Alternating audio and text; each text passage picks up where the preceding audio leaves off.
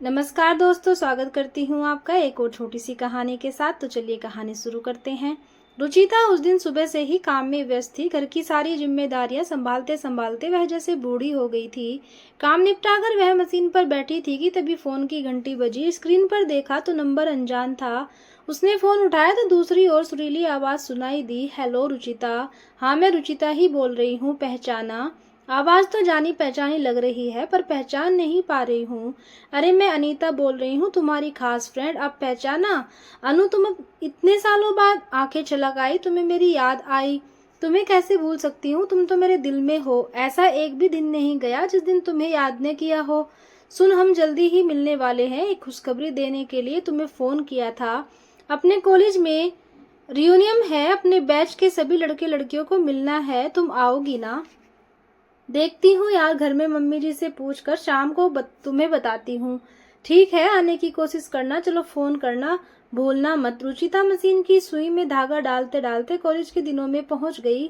1 से 12वीं तक वह एक ही स्कूल में पढ़ी थी। जब वह 11वीं में आई, एक नया लड़का उसके क्लास में आया, बहुत ही हैंडसम, जैसे फिल्म का हीरो देख लो। पहले ही दिन से लगभग सभी लड़कियां उसकी दीवानी हो गई थी। उनमें रुचिता भी थी। वह जितना खूबसूरत था उतना ही प्यारा उसका नाम भी था, ऋत्विक, जो सुनते ही मन को भा जाए। सभी लड़कियां अपने मन की बात एक दूसरे से कर, पर रुचिता ने अपने मन की बात अपने मन में ही दफन कर ली थी। उसके घर के सभी लोग रूढ़िवादी और सख्त थे। अगर उसने कभी भूल से भी किसी लड़के की नोटबुक ले ली हो या किसी लड़के को अपनी नोटबुक दे दी और घर वालों को इसका पता चल गया हो तो उस दिन घर में बवाल हुआ ही था।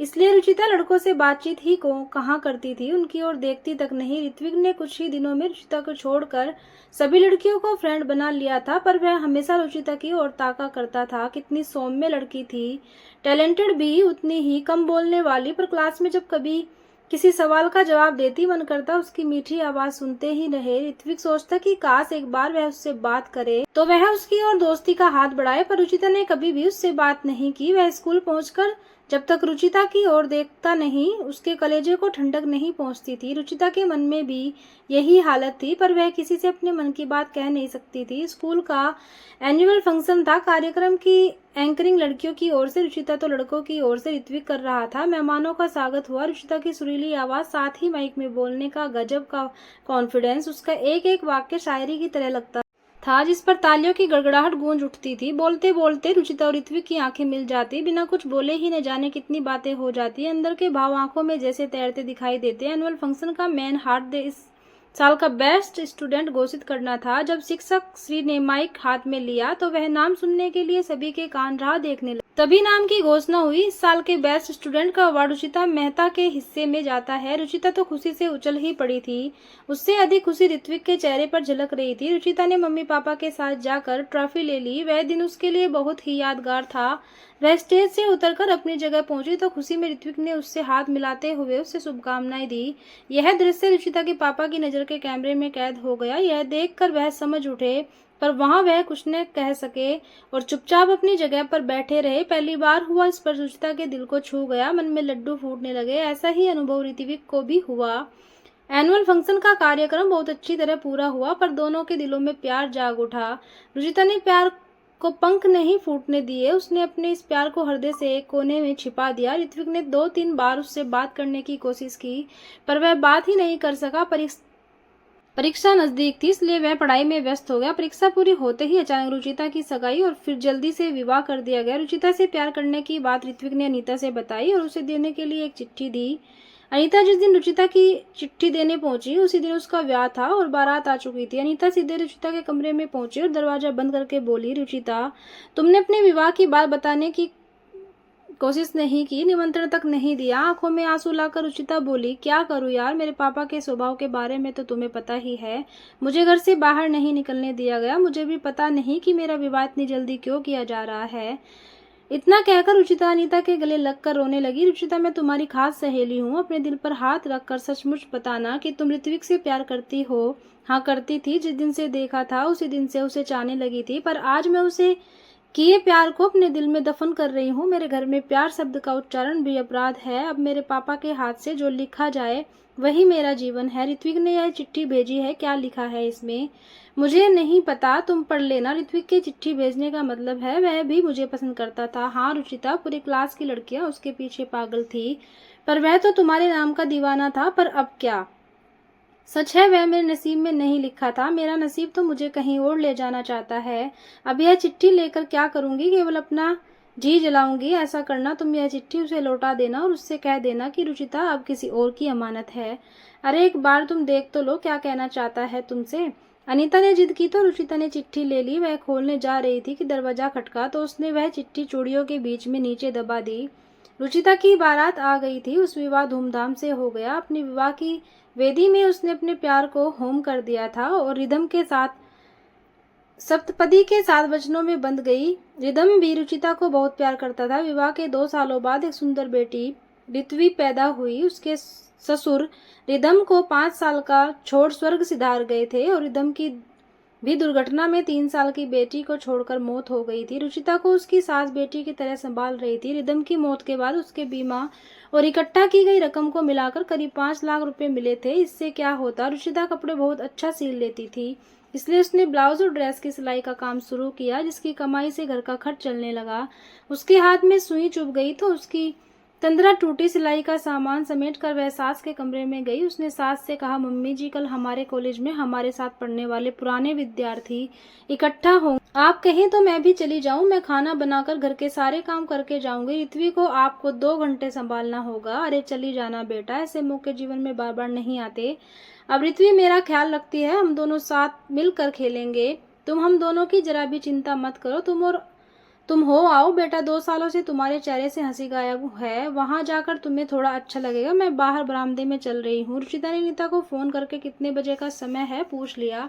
अगले दिन कॉलेज का प्रांगण मानो रंग बिरंगी झालरों से भरा था। वहां आए सभी विद्यार्थियों के चेहरे पर उम्र का असर दिखाई नहीं दे रहा था। सभी सालों बाद एक दूसरे से मिल रहे थे। अनीता कॉलेज के गेट पर खड़ी रुचिता का राह देख रही थी। थोड़ी देर में रुचिता रिक्शा से ऑफ वाइट साड़ी पहनकर उतरी। उसे देखते ही अनीता ने दौड़कर उसे सीने से लगा। साल बाद दोनों मिल रही थी। उनकी आंखें बरस पड़ी। बातें करते हुए दोनों हॉल की ओर बढ़ी। पुराने दोस्त मिल रहे थे। सभी एक दूसरे से सुख दुख की बातें कर रहे थे। दोनों एक जगह किनारे की कुर्सियों पर बैठ गई। तभी अनाउंसमेंट हुआ कि रुचिता जहां भी हो वहां से एंकरिंग करने के लिए स्टेज पर आ जाए। रुचिता ने कहा, अनीता मना कर दे, मैं एंकरिंग नहीं कर पाऊंगी। अरे तुम जाओ तो सही, अपने अंदर का कौशल्य कभी मरने नहीं देना चाहिए। तुम एक बार फिर उसे जीवंत करके दिखा दो। रुचिता उठकर स्टेज की ओर बढ़ी थी कि ऋत्विक के नाम का अनाउंसमेंट हुआ। रुचिता का दिल धड़क उठा। इतने सालों बाद कैसा लगता होगा वह। उसने अपना स्थान ले लिया, पर ऋत्विक अभी नहीं आया था। उसने प्रोग्राम की शुरुआत की थी कि हॉल में एक सुंदर नवयुवक का प्रवेश हुआ। सभी लड़कियां जो अब महिला बन चुकी थी, सभी की नजरें उसी पर जा टिकी। जल्दी से जाकर उसने अपना स्थान संभाल लिया। रुचिता और ऋत्विक की आंखें मिली, पर रुचिता ने आंखें झुका ली। प्रोग्राम की शुरुआत हो गई। रुचिता की मधुर आवाज में अभी भी वही खनक थी। जिन्होंने इस प्रोग्राम का आयोजन किया था, उन आयोजकों को फूलों का गुलदस्ता देकर स्वागत किया गया। इसके बाद आयोजन के अनुसार प्रोग्राम आगे बढ़ा। सभी के चेहरे पर खुशी समा नहीं रही थी। इतने में तमाम तो कपल थे। अब पार्टी की शुरुआत हो गई। रुचिता और अनीता अन्य सहेलियों के साथ बातों में लग गई। ऋत्विक भी वहीं आकर खड़ा हो गया। मेरी चिट्ठी का जवाब तो तुमने नहीं दिया, क्या आज एक दोस्त बनकर बात भी नहीं करोगी। रुचिता का दिल जोर से धड़क उठा। वह चिट्ठी तो उसने चूड़ियों के डिब्बे में रख दी थी, वह वहीं रह गई थी। इतने साल बीत गए, अब डिब्बे तो पापा के घर ही हैं। शायद अब वह वहां भी नहीं होगा। उसे ऐसी में भी पसीना आ गया। ऋत्विक ने रुमाल देते हुए कहा, लो पसीना पोंछ लो, मैं तुम्हें कोई सजा नहीं दूंगा। चलो उधर इस टेबल पर बैठते हैं। नहीं जानना चाहोगी। जानना तो बहुत कुछ था, पर तुम्हारे जीवन के बारे में कहां से कहां ले जाता है। तुम्हारी सुखी नहीं जानना। संसार होगा, शायद 1-2 बच्चे भी होंगे। तुम हैंडसम हो, इसलिए तुम्हारी पत्नी भी सुंदर होगी। मेरा एक बेटा है रुचित, पर अब उसकी माँ इस दुनिया में नहीं है। यह कहते हुए ऋत्विक की आंखें भर आई। जिंदगी भी रेल की पटरी जैसी है, कभी कहाँ सीधी चलती है। जिंदगी भी कितने मोड़ लेती है, तब पूरी होती है। रुचिता ने कहा, सच बात कही, इस जिंदगी के मोड़ अंत तक समझ में नहीं आते। ऋत्विक ने कहा, पहली बार रुचिता ने ऋत्विक से इतनी बात की थी। वह मन ही मन खुश था, रुचिता भी खुश थी। दिल की बात कहने वाला उसे एक दोस्त मिल गया था। दोनों ने एक दूसरे के मोबाइल नंबर लिए और सभी अपने अपने घर के लिए रवाना हो गए। अगले दिन रुचिता के भाई भाभी उसके घर आए। रुचिता उन्हें देखकर खुश हो गई। उसकी भाभी के हाथ में एक चिट्ठी थी। उसने वह चिट्ठी रुचिता को दी तो उसने उसे धड़कते दिल से खोला। उसकी स्याही फीकी पड़ गई थी। रुचिता ने उसे पढ़ा। रुचिता, तुम्हें देखते ही पहली नजर में मुझे प्यार हो गया है, परंतु अगर मैं तुम्हें पसंद नहीं हूं तो मैं उस प्यार को अपने दिल में ही रखूंगा, क्योंकि मैं जिसे प्यार करता हूं उसे हमेशा के लिए खुद देखना चाहता हूं। अगर तुम्हें मेरा प्यार स्वीकार हो तो मैं तुम्हें पूरे जीवन अपनी पलकों पर बैठा कर रखूंगा।